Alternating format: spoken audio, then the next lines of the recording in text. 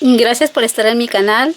Hoy quiero mostrarles una idea más de cómo doblar sus servilletas para esa comida especial.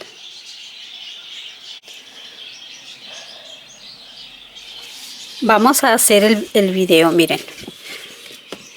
Mi servilleta es cuadrada y tiene la costura. Aquí está la costura. La costura va a ir para abajo.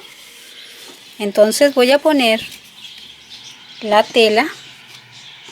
Allí está mi tela cuadrada. Lo que yo voy a hacer es doblarla a la mitad. Es lo que voy a hacer. La doblo a la mitad, que quede a la mitad. Ya cuando doblé a la mitad, doblo la tela de encima y le hago otro doblez para abajo y ya queda a la mitad.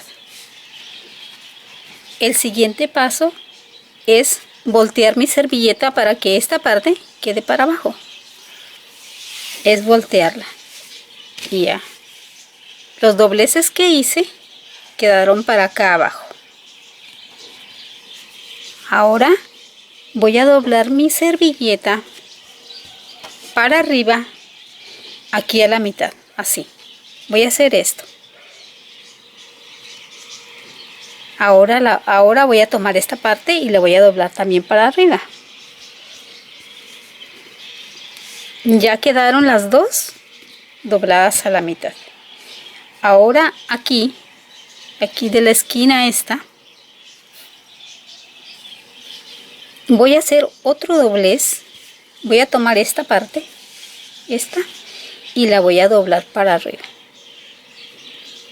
Ahí la doblo para arriba y ya quedó. Y luego esta la voy a doblar hacia arriba también. Y ya queda. Ahora lo que yo voy a hacer es poner aquí mi cuchara, mi tenedor, el cuchillo, los cubiertos que vaya a utilizar. Y ya queda.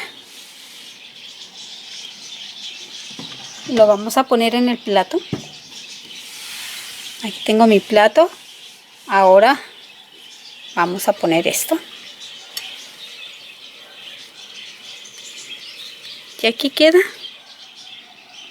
una opción más para doblar sus servilletas en esas comidas especiales. Gracias por estar en mi canal y nos vemos en el siguiente video.